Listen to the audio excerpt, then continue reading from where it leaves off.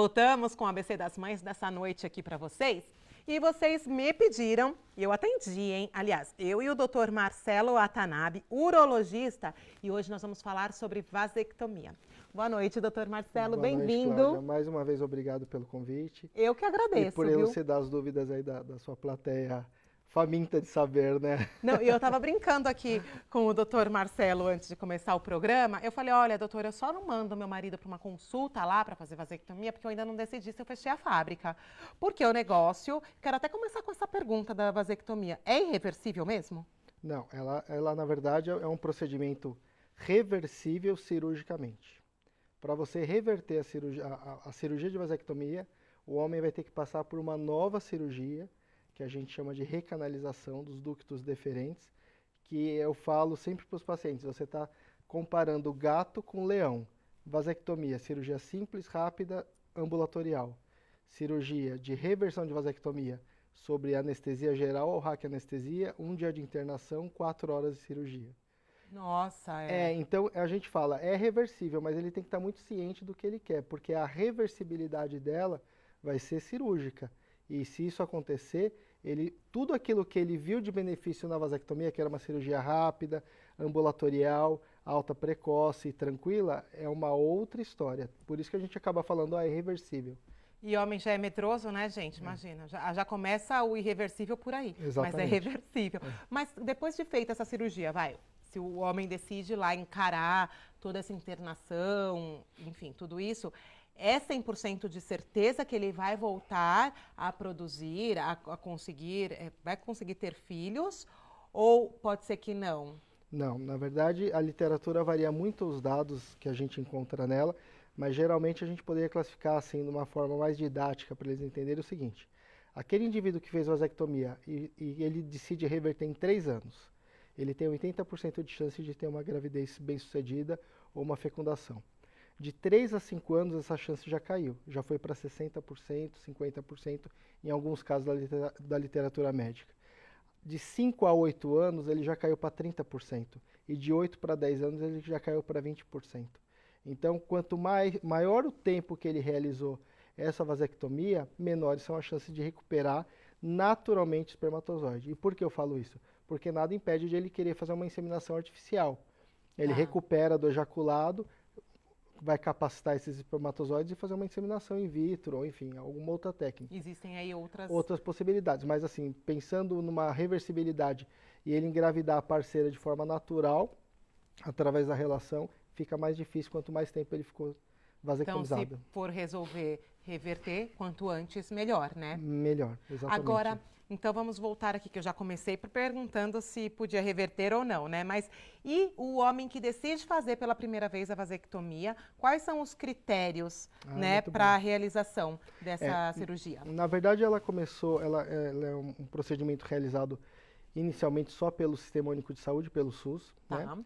E a partir do dia 1º de abril de 2008, ela foi incorporada aos planos de saúde, né? Os planos começaram a cobrir a chamada cirurgia esterilizadora masculina. Porém, todos os planos de saúde, assim como o SUS, eles obedecem a alguns critérios bem claros, tá?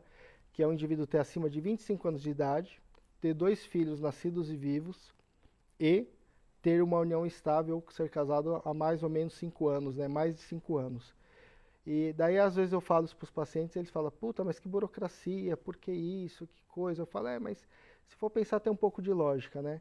Tem, às vezes, o indivíduo que acabou de engravidar, um pai adolescente, engravidou a namorada com 17 anos, ele fala, é o fim do mundo, vou fazer vasectomia. A gente não sabe como vai ser essa vida dele. Ele não está maduro o suficiente para pensar. Então, teoricamente, eles classificaram, colocaram como um corte acima de 25 anos. 2 filhos nascidos e vivos, por quê? Isso é bem interessante e é interessante o seu público saber. Tem pacientes que vêm com a mulher grávida no consultório. Eu tenho um filho e ela está grávida, eu quero fazer. Não, tem que esperar a criança nascer.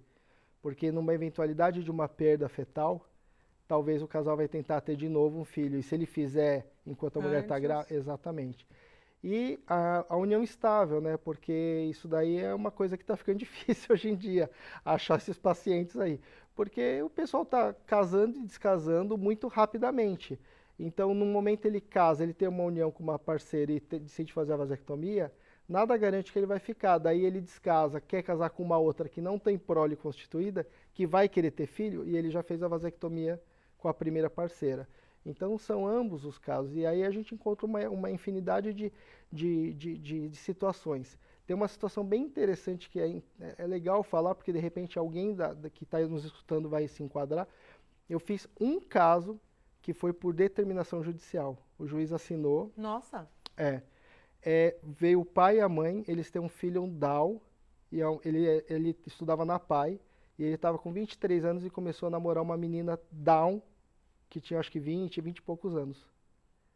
E parece que eles estavam namorando, um queria já dormir na casa do outro, e os pais pediram para vasectomizar o filho. Mas eu não posso vasectomizar o indivíduo se não é vontade dele ser vasectomizado.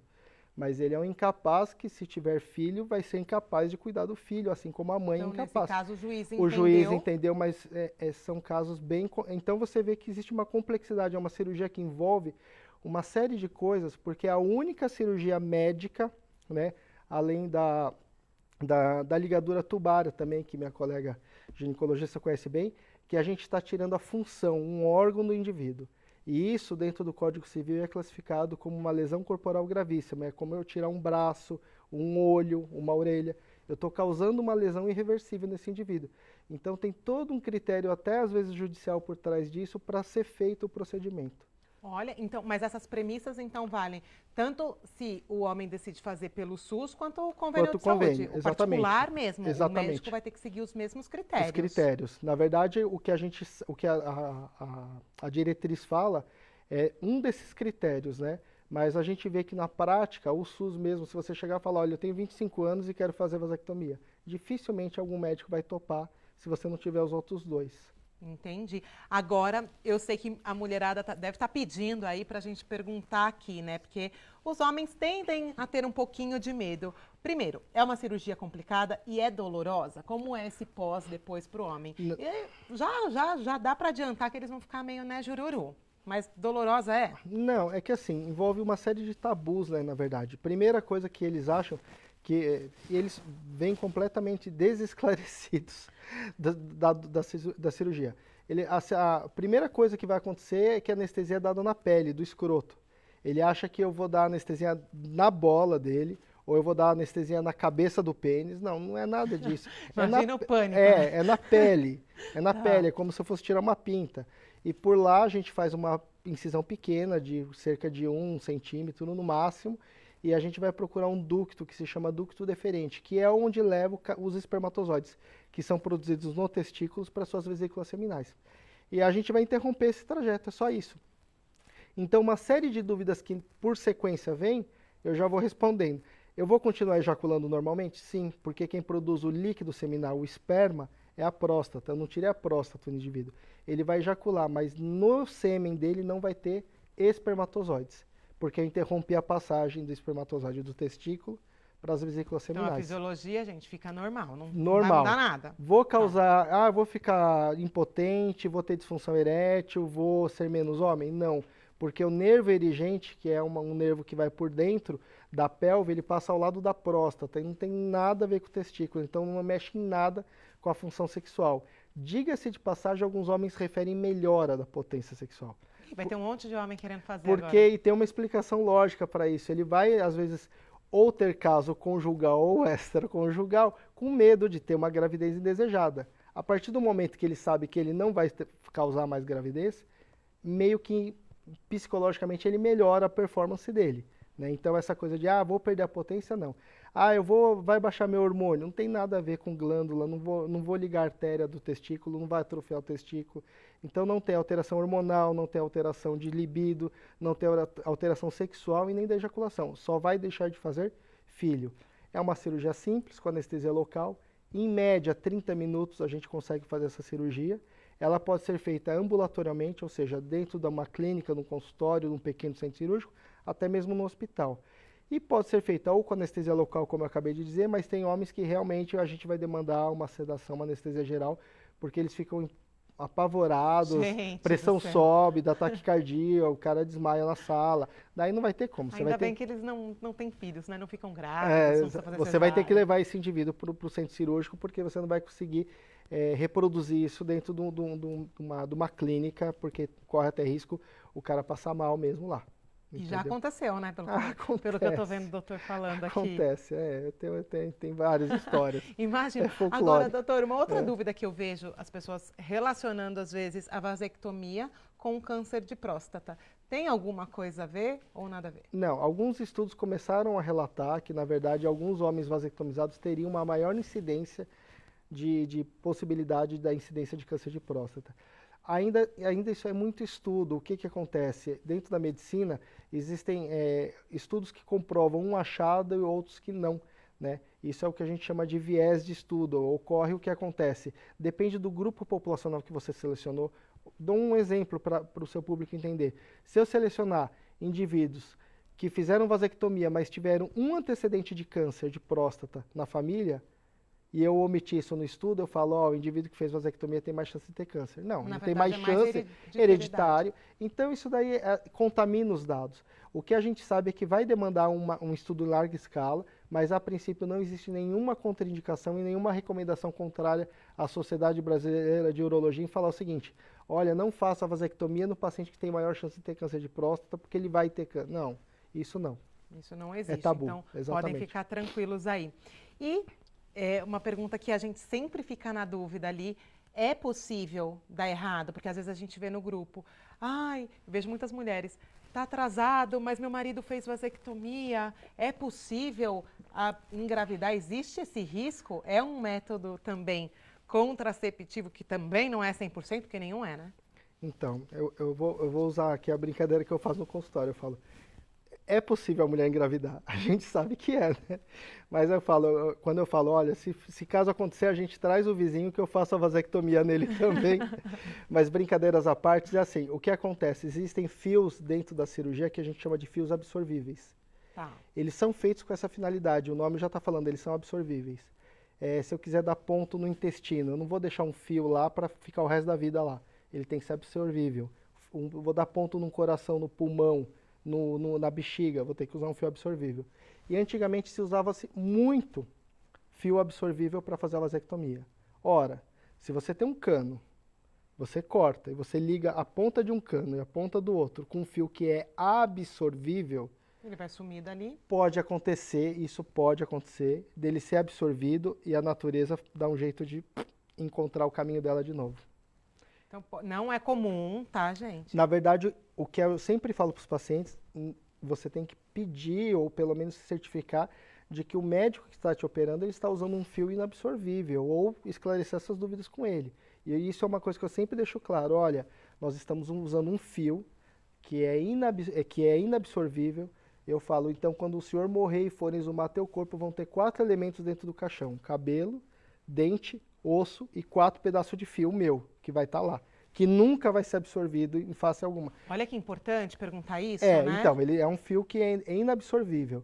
Tem algumas características técnicas que a gente também faz, de cortar um pedaço do deferente para ele não chegar a encostar, para encurtar o comprimento dele, né, para esse caninho não encostar um no outro. Alguns médicos gostam de cauterizar, outros não, outros gostam de ligar e verter a ponta. Enfim, a ideia que eu falo cada um tem sua técnica, mas o básico é fazer uma ligadura bem feita, se assegurar de que isso seja feito de uma maneira correta e que seja feita com fio absorvível. Existem algumas nuances técnicas importantes, que não é o escopo da nossa entrevista aqui, mas tomar cuidado para não ligar o nervo. Tem um nervo que se chama deferencial, a hora que liga esse nervo junto, tem algumas mamães aí que vão falar, meu marido tem isso. Faz frio, esfria o tempo, o cara tem dor no testículo. Ele vai ter uma dor crônica, porque na hora de fazer a vasectomia, ligou o deferente e ligou o nervinho junto. Nossa, gente, olha quanta informação. Então, mas quem for fazer, por isso que eu falo, é uma coisa que você tem que se discutir com o seu médico. Olha, tem que fazer uma ligadura isolada, só do deferente, com fio absorvível.